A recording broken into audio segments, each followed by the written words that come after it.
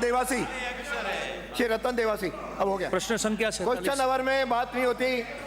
श्री रतन देवासी, प्रश्न संख्या 47 हो गया। माननीय मंत्री जी, पढ़ने दीजिए।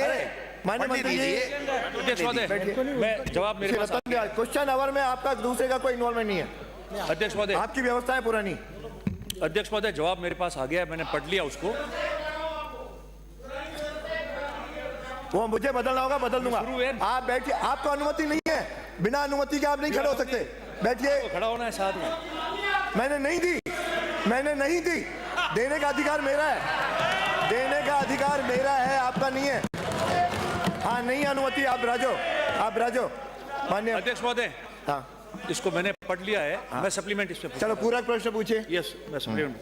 अध्यक्ष महोदय, इसमें जवाब में जो खंड 2 में माननीय मंत्री महोदय ने जो बात जवाब आया है, मैं आपके माध्यम से ये पूछना चाहता हूँ कि मेरा सवाल ये था कि जो नवगठित जिले हुए हैं, जिसमें नवगठित सांचौर जिले की बात हुई है, उसमें जो ज्ञापन आपको प्राप्त हुए, उसमें जो सीमाओं में उन्होंने जो छूट मांगी है, वापस आपको एक्साइज करके उसमें जो सीमाएं में परिसीमन करना है, पूर्ण सीमांकन करना है, उसके बारे में पूछा है।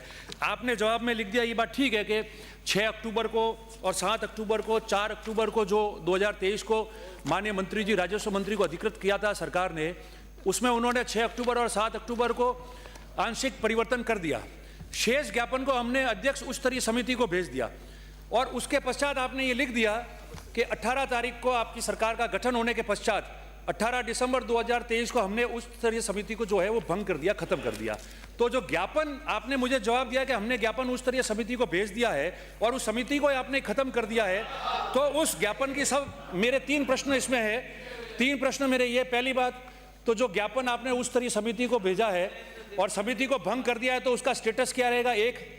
नंबर 2 प्रश्न ये है कि मैंने ये जवाब मांगा था कि आप उन ज्ञापन में क्या उनको परिसीमन, पूर्ण सीमांकन या आंशिक संशोधन की मांग जो की गई है, जिसके लिए उन्होंने धरना दिया था और आपके लोगों द्वारा कमिटमेंट किया था सरकार होने के 1 महीने में हम कर लेंगे, तो क्या आप उसमें परिसीमन, पूर्ण सीमांकन या फिर आंशिक संशोधन उन ज्ञापनों के आधार पर करेंगे कि नहीं करेंगे? ये 2 प्रश्न मेरे हैं माननीय मंत्री जी।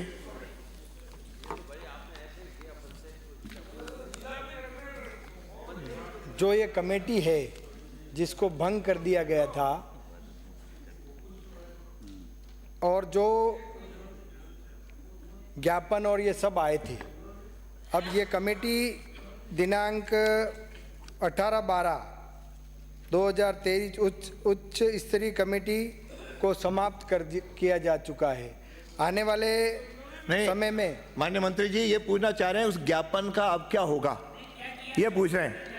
इसका उत्तर दे दीजिए, ज्ञापन का क्या होगा और क्या आप करना चाहते हो कि नहीं? बैठिए। माननीय अध्यक्ष महोदय, क्योंकि जिले की गठन करना और जो कमेटी के माध्यम से था, उस कमेटी को भंग कर दिया गया है। आने वाले समय में उस कमेटी का गठन करके इस बारे में विचार और विमर्श किया जाएगा। ये बैठिए। अगला प्रश्न श्री राम निवास गावड़िया, प्रश्न संख्या 48। बैठिए। माननीय सर, श्री राम निवास भाई, कमेटी अलग गठित होकर के आपका उत्तर आ जाएगा।